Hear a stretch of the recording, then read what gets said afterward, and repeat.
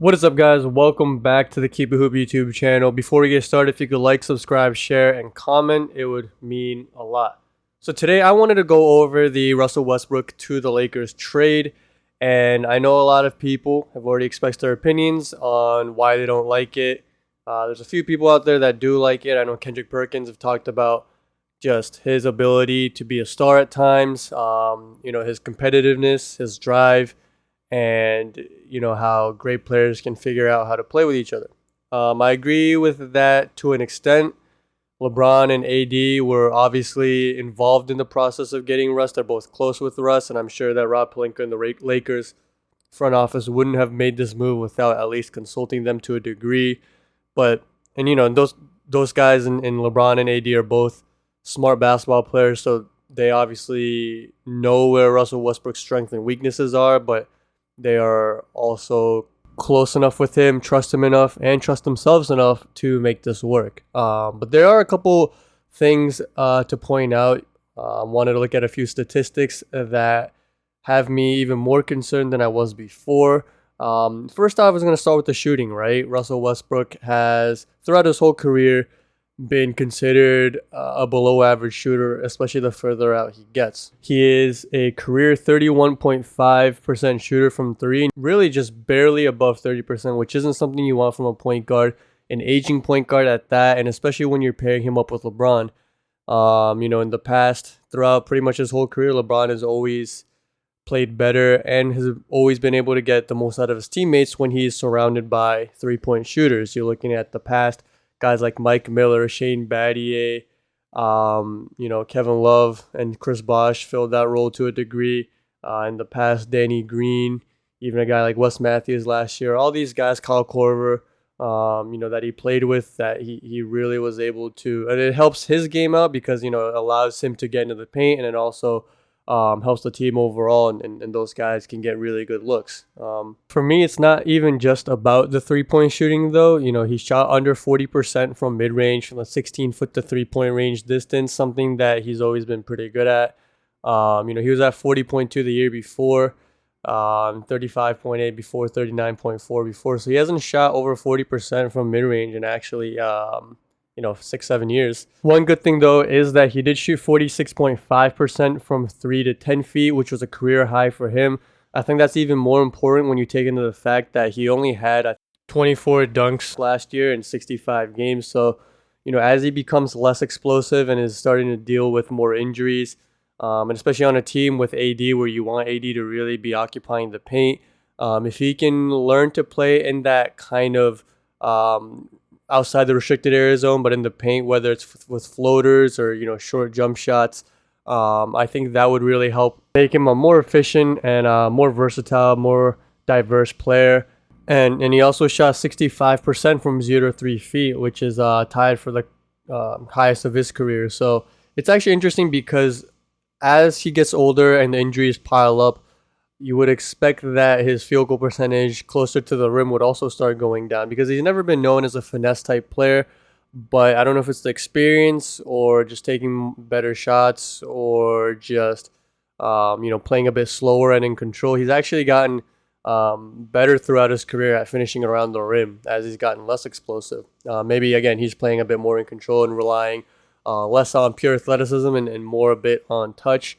So that is something that's good. But again, you look at pairing him up with LeBron, and the big thing is shooting, right? And the 3-point numbers and even some of the mid-range numbers just aren't really there. So another thing that concerns me is the fact that we all know LeBron's going to have the ball in his hands a lot. I also like it when Anthony Davis is aggressive and he gets a lot of touches. When you look at Russell Westbrook's shot distribution last year, he was at 42% of his shots were pull-ups, and only 11 were catch and shoot. So, throughout his career, Russ has also been a guy that likes to have the ball in his hands a lot, high usage rate. We know that, in the last couple of years, he's been able to play alongside James Harden and Bradley Beal and kind of mold his game around that. But you have three guys now who, at their best, are ball dominant, right? Because I know Anthony Davis can end up being a catch and shoot player, but the Lakers don't want him to be just that.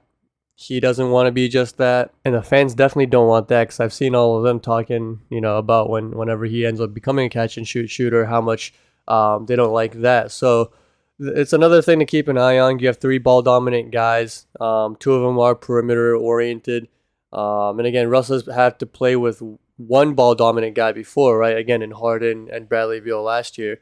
But now you have two, which he hasn't really done in the past. I will say the one saving grace, though, is that he actually shoots better from catch and shoot threes. He's 35% shooter off of catch and shoot threes, which is actually a percentage I think you live with. But on pull-ups, which is 28%, that's where he really hurts himself. And, he takes about two of each a game. If you are the Lakers, if you're LeBron, if you're AD, if you could find a way to get him to, have more catch and shoot attempts than pull-ups, I think that could really help out the spacing, his overall field goal percentage, 3-point percentage, and the team overall. It's a situation where you always look at a guy like LeBron and the possible influence he could have even on a veteran player like Russell Westbrook because of how great he is, because of how much winning he's done. So I think if you're a Lakers fan, the trade is already done, right? So the best you can hope for is to hope that Russ continues to shoot really well at the rim, and then continues to improve as a catch and shoot shooter. And not only that, but is more willing to take catch and shoot shots than settling for pull-up threes. And then, again, because he's never going to be a great off-ball player or a player that's better without the ball in his hands. But if he could just maximize himself as a player off the ball, maybe take on a little bit of that Dwayne Wade role when he was in Miami and be a cutter and slasher while LeBron's initiating the offense. I think that would help a lot because, again, I do really want Anthony Davis to still be a second option. I think for the Lakers to be at their best, Russ has to be the third scoring-minded guy. And I don't know if that can happen. He's always been at least number two. So we'll see if that happens. But that is a big question mark as well. Another interesting stat that really highlights that he's a better player when he's not dribbling as much, when he's a catch and shoot guy. Off of 0 dribbles, 55% from 2, 34% from 3. Very solid numbers.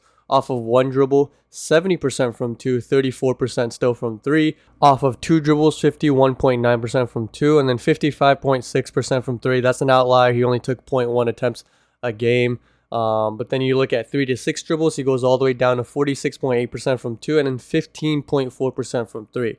So again, if the Lakers can find a way through coaching, through LeBron, through AD, to kind of just keep him in check and keep him from over dribbling and doing too much, then I think, again, the percentage for Russ should go up, and I think he will be able to mesh and help out the team a little bit more. On top of that, there's also the fact that while only 12% of his overall field goal attempts were wide open 3-point shots, which means that there was 6 feet plus of space, he shot 35% on those. And I think compared to the past, with LeBron, he should get a bit more of those wide open 3-point shots. So again, if you it just comes down to, I think, Russell Westbrook's mentality and stubbornness. Can he change the way he's played?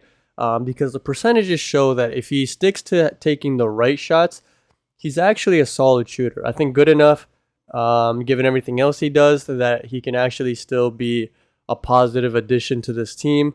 But if he plays the way he has in the past, where he's taking 3-pointers off of 6-7 dribbles, where he's over dribbling, taking shots away from AD and LeBron. Look, I know he has the high assist numbers. I'm a Russell Westbrook fan, and even I'll say some of those are kind of hunted for, and they're not necessarily always basketball or the best kind of assists. You look at other guys in the league, sometimes they're just making the right plays, the right passes. They're not worried about getting assists. Sometimes there are plays where he is dribbling, again, 6, 7, 8 times, and then he's passing for an assist. So I think that, again, he has to be the third option after LeBron and AD, and just find a way to not just fit into the team via passing and assists, but really buying into the system and changing his whole game. But yeah, that'll be it for today. Thanks again for watching. Please remember to like, subscribe, share, and comment. We also had a new podcast episode come out on Monday, so go check it out. It is on Spotify and Apple Podcasts. We'll have another podcast on Friday going over all the free agent moves that have happened. So we will see you guys then. So stay tuned for that. Follow us on our social media pages. Keep_it_hoop on Instagram and Keep It Hoop blog on Twitter. But yeah, until then, peace. 24 dunks